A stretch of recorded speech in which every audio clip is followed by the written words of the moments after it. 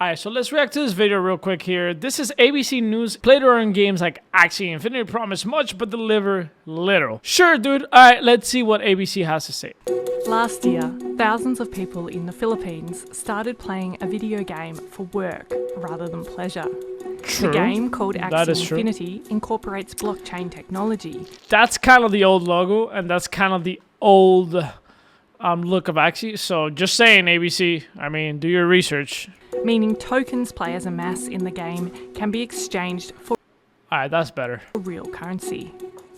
It's what's known as a play-to-earn game. I decided to play Axie Infinity because, you know, I need money, like extra income as a student. Shatil says learning to play was a challenge, but on a good week she earned around 40 Australian dollars, a decent additional income for a student in the Philippines. Not bad. To people like Shatil, some promoted the game. Oh, look at this. This is my video right here. Hey, I didn't promote it. I didn't promote anything. I was just teaching how to earn, because you could earn. As a flexible way to make money at home during the COVID pandemic. So it's really framed as, you know, I guess in a very similar way to how a lot of like gig economy style companies talk about themselves as, you know, offering people flexible working arrangements. You can work as much as you want, as little as you want. You know, you can make as much money as you want theoretically. But like the gig economy, Ben says play to earn is deeply exploitative in practice, especially when it involves low-income players in the developing world. You know, investors have kind of said, hey, like, what if we just start buying these assets and leasing them out to low-income players? You've got these sort of wealthy, you know, whales essentially who own these crypto assets, who are then leasing them out to these other players who are receiving a cut. As well as playing Axie Infinity herself, Shatil investigated the experiences of other players for a university research project. Mostly, our participants answered that they are. Yeah, I think the problem with that, and actually I was playing this game right now, RH World, I have it right here. I have it on my other screen. So I think the main issue with Axie is that the whales, the only purpose of the whales was to extract value, and the only purpose obviously of the scholars was to extract value, right? So in reality, the economy was going to go to crap because there wasn't something to look forward to in the game as a whale. Like, for example, in this game, this MMORPG, as a whale, you want to dominate, right? As a whale, and I mean whale meaning like a guild or whatever, you want to dominate this world. So, for example, farming and stuff like that, I don't necessarily, as a guild leader, want to be farming these crops right here. So I might pay a scholar to do it. But there's a bigger purpose to this. The bigger purpose is to dominate these areas right here. And you might want to do that. You might want to, you know, have fun dominating the world. If whales start pulling out and they start saying, yo, like, I don't want to play this game anymore because it's not fun anymore, then yeah, the economy obviously is going to crash. But there's something else to look forward to. So it makes sense to have people working for you in your land and doing different things to push your domination in this world. So that's something that actually didn't have. Are really blessed.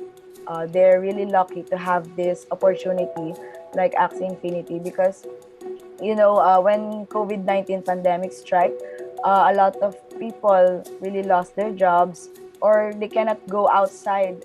They're really thankful for the Axie Infinity. They didn't mind the stress as long as they are earning money. Shatil. Yeah, that's not bad. I mean, in that sense, Axie Infinity kind of helped a lot of people. So, I mean, you know.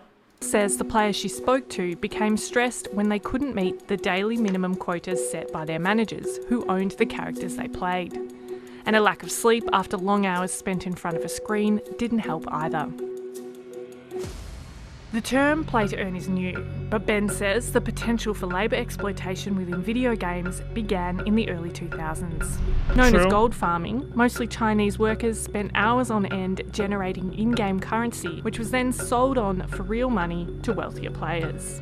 You see, it makes sense there. It makes sense. You know, like, these Chinese gold farmers are selling it to people that need the currency because they're wealthy and they want to dominate. There is a world where these economies can't work, especially in games that, produce a lot of content for these whales to enjoy. And when I say whales, it's not a single person. It could be a group of people having a guild or whatever, right? It was basically a case of outsourcing labor to poor rural areas in China, as well as incarcerated people in some instances in China, to just sit at their computers and and generate these kinds of in-game assets to sell them on exchanges that were owned largely by American companies. Axie Infinity developers Sky Mavis told ABC that the game was not a play-to-earn game, but by earning tokenised resources which could be sold on an open market, some players were able to earn a living from the game. However, the Axie Infinity website states, join the blockchain game. Okay, yeah. I mean, come on. Those many advertisements to play to earn. Whether that was a mistake or not, I'm sure it was a mistake. I don't want to say everything was planned, calculated. Let's scam these people. I don't think it was like that. But there was a mistake, and to this day, they're not owning up to it. Like, yo, we made a mistake. It's like, nah, we never said that. Like, come on, man. Are you kidding me? Gaming play-to-earn revolution with Axie Infinity. A Sky Mavis spokesperson said Axie Infinity allowed players who were renting characters off investors to generate resources without taking on any risk. The usual split between manager and scholar was 70-30, the spokesperson said. Without any risk to the scholar, where is the exploitation? Yo, who's the spokesperson, bruh? Is that Geos or Psycho? In the Philippines in 2021, play to earn was reaping rewards until the value of Axie Infinity's in-game tokens, known as Smooth Love Potion or SLP, came crashing down. I lost my excitement to continue playing because of the SLP's value. I noticed that the players on multiple communities are converting their SLP into cash as soon as possible. According to Bloomberg, Axie Infinity had around 2.7 million active daily users in April 2021. Last week, there were around 111,000. Not bad. Axie Infinity's currency dropped in value after the recent crypto crash, but it was already falling before then. True. Earlier this year, hackers stole around $600 million in cryptocurrency linked to Axie Infinity. Some critics say there are also fundamental problems with the economics of play-to-earn games like Axie Infinity. The model doesn't stack up because the only way income is generated is by more people buying into the game. If a game is such that it can only succeed with more players coming into the game, then by definition, it's like a Ponzi scheme in the sense that... All right, every game relies on more people coming in. That's kind of how it is. Actually, if more people don't come in, even Web 2 games, the game fails. Whales are the ones that keep the game going. Now, if you make a game super, super interesting, like I've been saying, then whales stay, the money flows, and, things get more interesting. That's it. The game is not sustainable. Paul says playing the game generates more in-game tokens. It's an inflationary act, where the more tokens generated causes their value to decrease.